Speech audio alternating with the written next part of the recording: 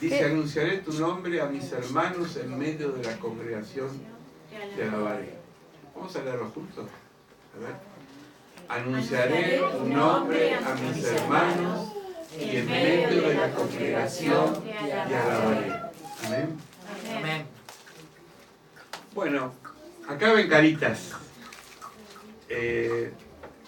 A veces nos identificamos con una, con otro. Estados de ánimos diferentes. Feliz, triste, enojado, sorprendido, somnoliento, hay gente que está muy dormida, pensativo, saludable, enfermo, hambriento. ¿Cara de hambre? ¿Cómo es la cara de hambre? Bueno, apenado, asustado y aburrido. Nuestros estados de ánimo varían muchas veces por las circunstancias, las situaciones. Los humores nuestros son muy variables. A veces hay gente que es como una mayonesa, la mirás y se corta. Es como que son muy insensibles, ¿no? Y toman a pecho cualquier expresión que uno dice. Y a veces, a mí me gusta mucho, por ejemplo, hablar de diferentes temas. Tengo amigos y parientes de todos los colores. Y como todos tenemos diferentes opiniones sobre la vida, sobre la realidad social, sobre diferentes miradas de la sociedad. Y a veces cuando uno emite una opinión diferente, la persona se siente atacada. Yo digo, uno puede diferir las ideas, pero eso no quita que seamos enemigos, ¿se entiende? ¿No? Esto es algo que pasa mucho a veces en la fe, pasa mucho en la política, pasa mucho en los ambientes, a veces en los deportes, sobre todo el fútbol, que es el más popular.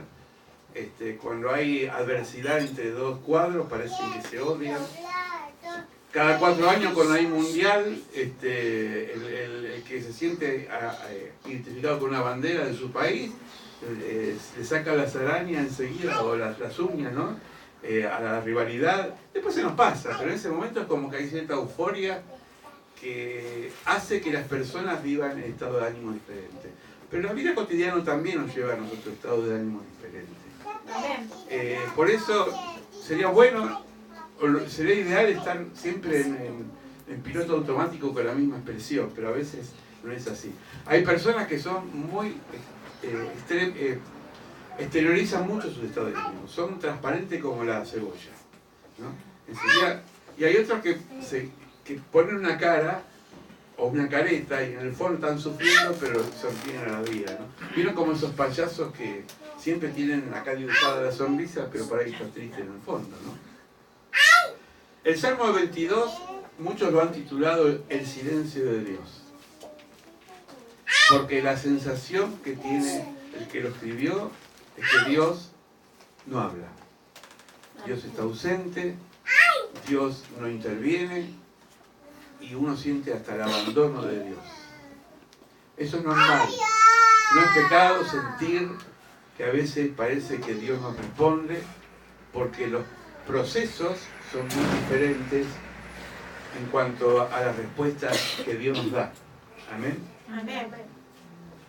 Del 1 al 5, estamos hablando y leyendo el Salmo 22, es la ruptura de la relación del Padre y del Hijo. Es un salmo profético porque fue escrito muchos antes de la muerte y la resurrección de Jesús, pero habla del padecimiento de Jesús. Pero también habla del padecimiento nuestro, de cada creyente, de cada ser humano en la tierra, que sufre eso que dijo Jesús en la cruz: Dios mío, ¿por qué me has abandonado? Por eso yo nunca estuve de acuerdo con los títulos de algunas iglesias de parar de sufrir, porque es mentira. El sufrimiento está en el ser humano y no hay que esquivarlo, no hay que ignorarlo, sino que hay que enfrentarlo. Amén. Y superarlo. Amén. Pero nunca decir, porque soy cristiano no voy a sufrir más, porque sería engañarnos. Al contrario, cuando somos cristianos somos más sensibles al dolor. Amén. Y es como que está muy a flor de piel. Amén. Y cualquier cosa nos afecta. Amén. El Salmo empieza diciendo una expresión que dijo Jesús: Dios mío, ¿por qué me has abandonado? Yo voy a leer algunos versículos, casi todos, y vamos a ir encontrando cómo nosotros, hermanos y hermanas, en la vida siempre tenemos sensaciones que nadie nos quiere, que están todos en contra nuestro, que aquellas personas que podemos contar quizás en ese momento no están. Pero a veces proyectamos en los demás la carencia que tenemos adentro. A veces decimos que no hay afecto de afuera, pero quizás es uno que está mal, y como dice el refrán, cuando uno está mal ve todo mal, ¿no? Es como un vidrio empañado o sucio, que por más que sea vidrio, no nos deja ver lo que hay adelante. Yo una vez tenía un coche, un Dodge 1500, y tuve que ir con un hermano a una iglesia en Pergamino. Me habían entregado el auto casi flamante. No era nuevo, pero para mí era nuevo, era mi experiencia. Y me acuerdo que se rompió el parabrisas, y en medio de la ruta, camino a Pergamino, empezó a llover. Y yo tenía que llegar a un horario porque me estaban esperando para dar la palabra, y me acuerdo que el otro hermano hacía de parabrisas, sacaba la mano y limpiaba así, ¿no? Y ponía mucho esfuerzo, pero la lluvia era tan intensa que no veía adelante lo que había, y veía como bultos y eran autos, y en un momento tuve que parar porque digo, esta visión está distorsionada y me puede llevar a la muerte. Y a veces, cuando tenemos el parabrisas o el vidrio de los ojos, de los sentimientos empañado por el dolor, muchas veces morimos en vida, sufrimos, porque no vemos con claridad. Amén. Este salmo empieza con oscuridad, pero van a ver que al final termina con una puesta o un amanecer de sol hermoso. Amén. Pero todo tiene un proceso en la vida. A algunos les cuesta y lo llevan como puede, otros lo pasan rápido, hay procesos que son difíciles. Mi primer dolor en mi vida fue la pérdida de mi papá, mi mamá no, porque yo tenía 5 años cuando murió, yo prácticamente no la conocí. Pero mi papá éramos muy amigos, yo tenía 25 años cuando él falleció, y me acuerdo que estaba muy cableado con sondas por todos lados, era puro hueso, y lo llevamos de especialista a especialista, y todos querían como, nosotros en primer lugar, como que iba más. Y no me olvido, el médico nuestro del barrio, allá en Chingolo, el doctor Messler, nos dijo: dejen de prolongarle la agonía al hombre, porque lo que estábamos haciendo era prolongarle la agonía. Cuando se decidió en familia no cabrearlo tanto, que sufría mucho por la sonda y qué sé yo, bueno, llegó su momento y partió, porque él se convirtió de grande al Señor. Amén. Pero digo, esta agonía, yo tengo 2 hermanas, una ya falleció, entre los 3 hermanos, cada uno la vivía diferente. Uno lloraba por todos los rincones, otro se ponía nervioso. Y yo en esa época estaba muy bien en Dios, y eso me ayudó mucho. Y para mí, y les digo con toda libertad, el velatorio de mi papá fue como un retiro espiritual, porque me sentí contenido por hermanos de la fe, por gente que oraba permanentemente. Amén. Y ahí me di cuenta de lo que era un velorio cristiano y un velorio de gente que no tiene esperanza. Amén. ¿Se entiende? Amén. Pero los procesos no los podemos evitar. Amén. La cruz no la podemos evitar. Jesús dijo: el que quiere seguirme, cada uno cargue su cruz. Amén. ¿Eh? Entonces el Salmo empieza a hablar de que hay un momento que uno siente que Dios lo abandonó. Dios mío, ¿por qué me has abandonado? Esto es lo que vivió Jesús en la cruz. Él era el Hijo de Dios, era el Hijo primogénito de Dios. Sin embargo, él sintió en la cruz que Dios ya estaba ausente en su vida. Pero era una sensación, dirían los psicólogos, subjetiva, no era objetiva, porque Dios no lo había abandonado. Es como una noche o un día de sol, pero que nublado, que está nublado, como hoy, ayer que estuvo nublado. Y el sol está, pero las nubes lo tapan. Y a veces sentimos eso con Dios. El versículo 22 dice: Dios mío, clamo de día y no responde, de noche y no hay reposo para mí. ¿Cuántas veces nosotros sentimos que clamamos, pero la respuesta no viene. Y a veces son años de que la respuesta llega. Sí, los procesos de Dios son a veces, por eso decía un maestro en la fe, decía, a Dios no hay que entenderlo, hay que amarlo, porque es un misterio Dios. Porque si vemos la vida de cada una de las personas, no todos tienen los mismos procesos. Pero lo peor que podemos hacer es pelearnos con Dios, es esperar el momento de Dios, esperar. Por eso la palabra esperar en la Biblia es muy fuerte, porque es tener paciencia con Dios en primer lugar, saber que Él tiene un propósito para nosotros. Amén. Pero tú eres santo. Fíjese en el versículo 3, el lamento lo convierte en bendición. No dice, me quejo y me quejo nada más, sino que en el versículo 3 empieza a tener un color la expresión del salmista. Pero tú eres santo, tú que habitas en la alabanza de Israel.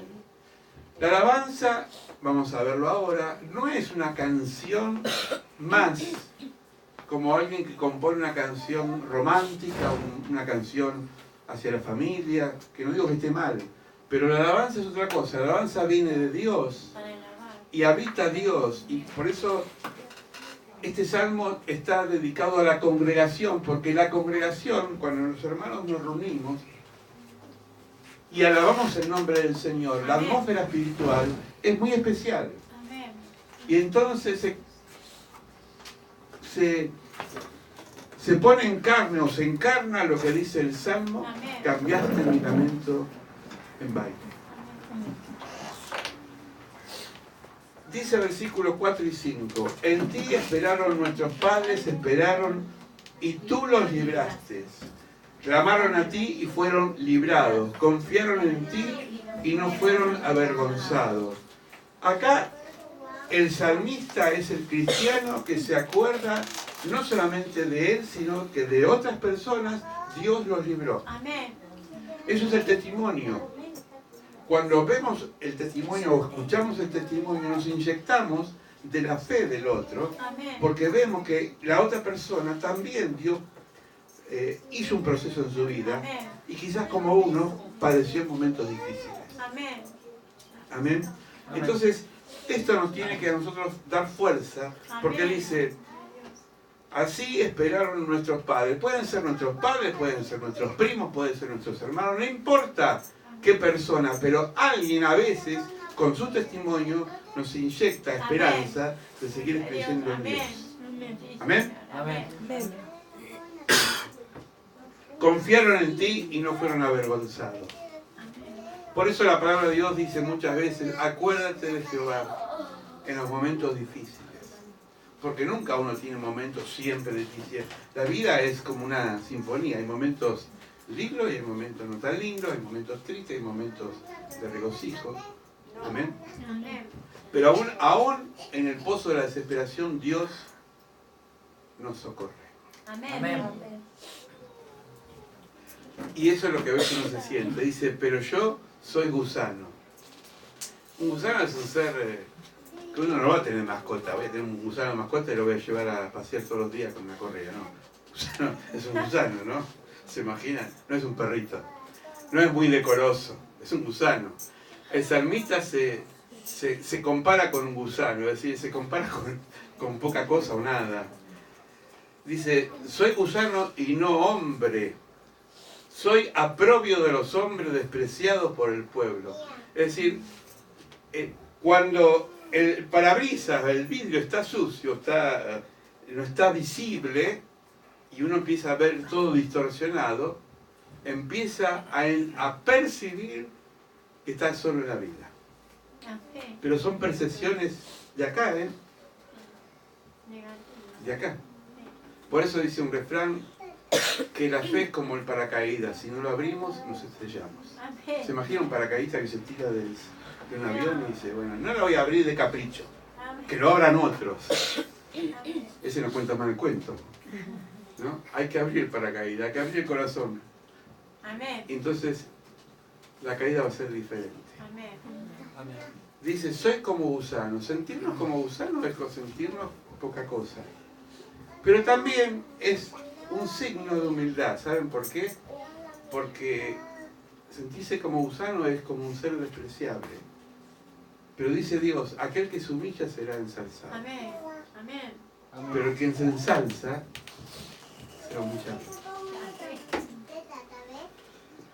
Vamos a ver una comparación ahora entre lo que pasó Jesús y lo que dice el Salmo. El Salmo 22, versículos 7 y 8 dice: todos los que me ven escarnecen, estiran la boca, menean la cabeza, diciendo: se encomendó a Jehová, líbrele él, sálvele él, puesto que él, en él está la complacencia. Mateo 28, si alguien quiere acompañarme, en el versículo 38 al 44 dice: entonces crucificaron a él a dos ladrones, uno a la derecha y otro a la izquierda. Está hablando de Jesús. Y los que pasaban le injuriaban, meneando la cabeza, diciendo: si tú derribás el templo en 3 días y lo reedificás, sálvate a ti mismo. Si eres hijo de Dios, desciende de la cruz. Y de esta manera también los principales sacerdotes, escarneciéndolo con los escribas y los fariseos y los ancianos, decían: a otro salvó, a sí mismo no se puede salvar. Él es el Rey de Israel, que descienda ahora de la cruz, y creeremos y confiaremos en Dios. Líbrele ahora, si quieres, por lo que ha dicho: soy hijo de Dios. Lo mismo le injuriaban también los ladrones que estaban junto a él. Es decir, Jesús fue el hombre más sensible de la tierra, el hombre más puro en amor, y sin embargo fue el que más recibió escarnios, burlas e insultos de la sociedad. Esto es un acto fuerte y doloroso para una persona que no tenía falta. Entonces, Pablo va a decir a los Filipenses, capítulo 2, tengan el mismo sentir que tuvo Cristo Jesús. Es decir, hermanos, nosotros no estamos inmunes muchas veces al vituperio. No estamos inmunes a veces a las críticas. Es parte de la vida. El tema es cómo enfrentamos esas críticas. Cómo cambiamos esas situaciones negativas en positivas. Versículos 9 y 10 dice: porque tú me sacaste del seno materno, me hiciste confiar desde los pechos de mi madre. A ti fui entregado desde mi nacimiento, desde el vientre de mi madre, tú eres mi Dios. Acá hay un tema de concepción por aquellos que piensan que un embrión no es vida, o un periodo de gestación no tiene nada que ver con una vida, como se está debatiendo. Es decir, desde el vientre de la madre, de la concepción, esa persona o esa personita que tiene alma, que tiene espíritu, que ya tiene una mente, Dios tenía un propósito. Dios tiene un propósito, como en nosotros. Por eso estamos acá, porque Dios tiene un propósito. Fui entregado de nacimiento. Muchas veces nosotros tenemos sufrimientos aún dentro del útero de nuestra madre. Por eso dicen los médicos que una madre embarazada tiene que escuchar melodías agradables, vivir en un clima propicio, porque afecta a la criatura. Amén. Es decir, afecta fuertemente. Dice versículos 10 y 11: a ti fui encomendado desde la matriz, desde el vientre de mi madre, tú eres mi Dios. No te alejes de mí, porque la angustia está cerca y no hay quien me ayude. Esta es la radiografía de la soledad. Sentirte solo. En medio de la gente. Hay una diferencia entre soledad y solitariedad. ¿Me siguen? Amén. Soledad y solitariedad. La soledad es el sentirse lejos de todos. Son sentimientos de la mente. El solitario es la persona que por su estado o su personalidad no es un ser sociable. Ahora, la soledad tiene dos acepciones, una positiva y una negativa. Amén. Todos necesitamos soledad muchas veces para estar en comunión con Dios. Amén. Eso se llama un retiro espiritual de cada uno, ¿no? Que sea 10 minutos, 15 minutos, ¿no? Cuando vos estás lidiando con Fabián y con tu familia, qué sé yo, uno se retira un ratito a solas. Por eso Jesús decía a Mateo, retirate a solas en tu habitación, cierra la puerta y ora al Padre que está en secreto, y el Padre que está en secreto te escuchará y te recompensará en público. Amén. Y otra cosa es la soledad de que uno no quiere saber nada con nadie porque está tan mal que no sabe cómo digerir ese problema. Bueno, ahí es cuando Dios empieza a intervenir, cuando lo dejamos intervenir, ¿no? En esa soledad. Por eso Jesús, cuando se sintió acosado por el enemigo, que lo venían a matar, ¿se acuerdan la pasión que Judas fue el que se adelantó, lo entregó al Señor con un beso? Él dijo, antes de eso yo tengo que orar, y se fue al huerto de los olivos. Y peleó con la carne de él, porque todos tenemos una naturaleza carnal. Pero él era santo, pero también era un ser humano. Y no quería morir. Y entonces empieza a pelear y dijo, Señor, no quiero morir. Soy joven, tengo 33 años, tengo una vida por delante. Pero que no se haga mi voluntad, sino la tuya. Cuando dijo eso, fue el hombre más libre de la tierra. Amén. Por eso la palabra hágase tu voluntad es la oración de abandono que hace el cristiano cuando dice, Señor, yo no puedo con esto, lo dejo en tus manos. Amén. En tus manos está mi vida, en tus manos está mi espíritu, en tus manos está este momento, Señor, este trago amargo. He sido derramado como agua, todos mis huesos se desconjuntaron, mi corazón fue como cera derritiéndose en medio de mis entrañas. Esto fue los padecimientos de Jesús. Dice Isaías que su rostro era tan desfigurado que no se lo podía definir qué era. Si era un ser humano, una bestia, porque fue totalmente desfigurado. El padecimiento de Jesús. 16-18.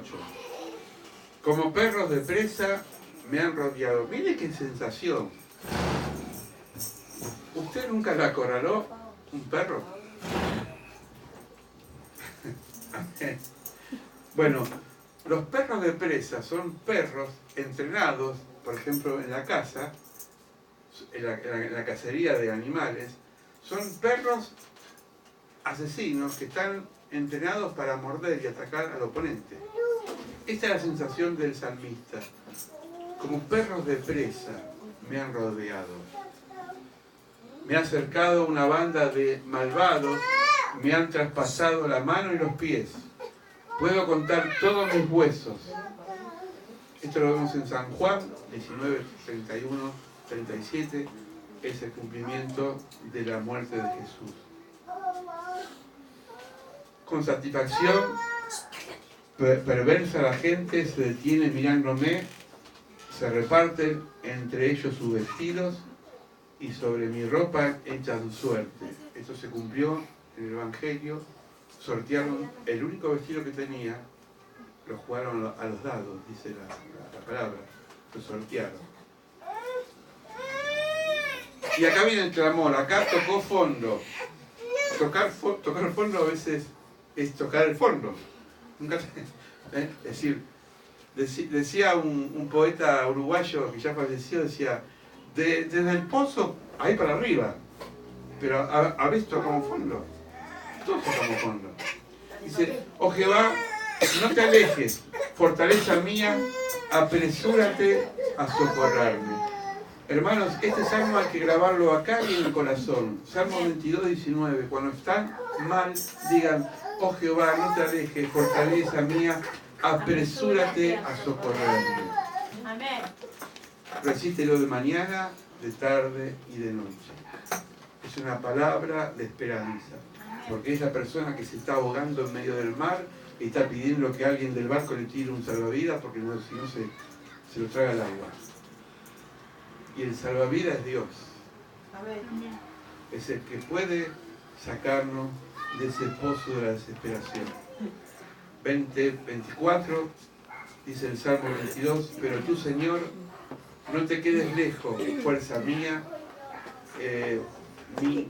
mi socorro, líbrame, socórreme, líbrame tu espada de mi alma, de las garras de los que, está mal escrito esto, atenta contra mi vida, sálvame de la boca del león, de los cuernos del toro, de lo poco que soy. Yo hablaré también a los de la asamblea, alaben al Señor, sus servidores, todo el linaje de Jacob, los aclamé a toda raza de Israel. La persona empieza a sentirse ya que no está tan mal, que tiene fuerza y que empieza esa fuerza a expandirse, porque la fuerza se expande, así como la mala onda se expande, la fuerza en Dios se expande e inyecta esperanza en el otro, y el otro empieza a recibir la palabra de Dios fuerte a través de la unción que la persona recibe. El origen de la alabanza. Miren, por eso los cantores seculares, por más buenos que sean, al no tener esa relación espiritual, no saben lo que es la alabanza. ¿Se entiende? Amén. Una persona por ahí no estudió canto o no sabe técnicas de canto, pero alaba al Señor y toca el trono de Dios a través de la alabanza. 22-25 dice, de ti viene la alabanza, es decir, no del mundo, de ti viene la alabanza, en la gran congregación. Mis votos cumpliré delante de los que le temen. El voto viene a ser la promesa, es decir, lo que yo prometí lo voy a cumplir públicamente porque tú, Señor, me has salvado y me has liberado. El Salmo 40, en la misma línea, dice, puso en mi boca cántico nuevo. Un canto de alabanza al Señor Dios. Muchos verán esto y temerán y confiarán en el Señor. La alabanza contagia. Aún los que pasan por acá, los vecinos, aquellos que escuchan y quizás no quieren saber nada con la iglesia, no pueden tapar sus oídos, no pueden alejarse de la unción de Dios, porque es Dios que está obrando a través de la alabanza. Amén. En el valle de Josafat, dice la palabra de Dios en el libro de Reyes, venía el enemigo a atacar al pueblo de Israel. ¿Y qué haría uno si viene el enemigo? Y voy a usar armas para defenderme. Dios le dijo, no usen armas, empiecen a alabar mi nombre. Y dice que el enemigo fue confundido y entre ellos se mataron, mientras que el pueblo de Dios alababa al Señor.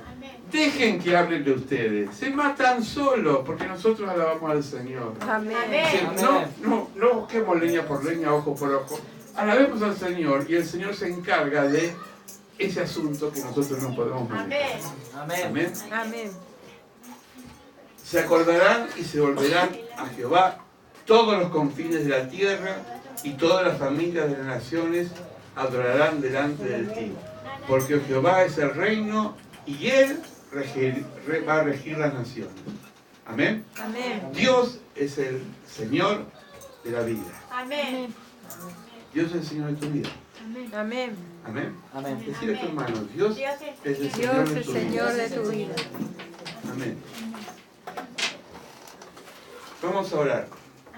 Así que vamos a la palabra, a la Santa Cena. Vamos a orar. Si estás viviendo un momento así de que sentís que Dios te abandonó, yo tengo una palabra de esperanza. Dios no te abandonó. Amén. Es algo que vos estás sintiendo, pero Dios no nos abandonó. Amén. Padre, en el nombre de Jesús, te agradecemos por este salmo tan profundo, Salmo 22, salmo, Señor, que a veces empieza con un grito de desesperanza, una sensación de angustia, de soledad, de abandono, pero se va transformando en alegría, así como un gusano se transforma en mariposa y empieza a volar, así es nuestra vida, Señor. Salimos de ese estado crítico y nos vamos transformando a través de la alabanza, de la fe, de la confesión de nuestros pecados y sobre todo de rendirnos a ti, Señor. Por eso, antes de participar de esta cena, queremos realmente pedirte perdón por las veces, Señor, que hemos sentido que tú no estás. Pero tú estás, Señor. Tú estás presente aún en los silencios. Tú estás presente aún cuando no hay respuesta. Tú estás presente, Señor, aún cuando pensamos que el mundo nos ha abandonado. Pero tú no nos abandonas, Señor. porque eres fiel, porque eres sí, amén, porque tu palabra dice que estaré contigo hasta el fin del siglo. Señor, te bendecimos por esta palabra, te bendecimos por este Salmo 22, un salmo que termina con un cántico de liberación. Y dice esta palabra que en medio de la congregación te alabaré, Señor. Así como te alabamos nosotros, te bendecimos tu nombre, proclamamos tu nombre, Señor. Gracias por esta palabra, en el nombre de Cristo Jesús. Amén y amén. Vamos a dar una aplauso.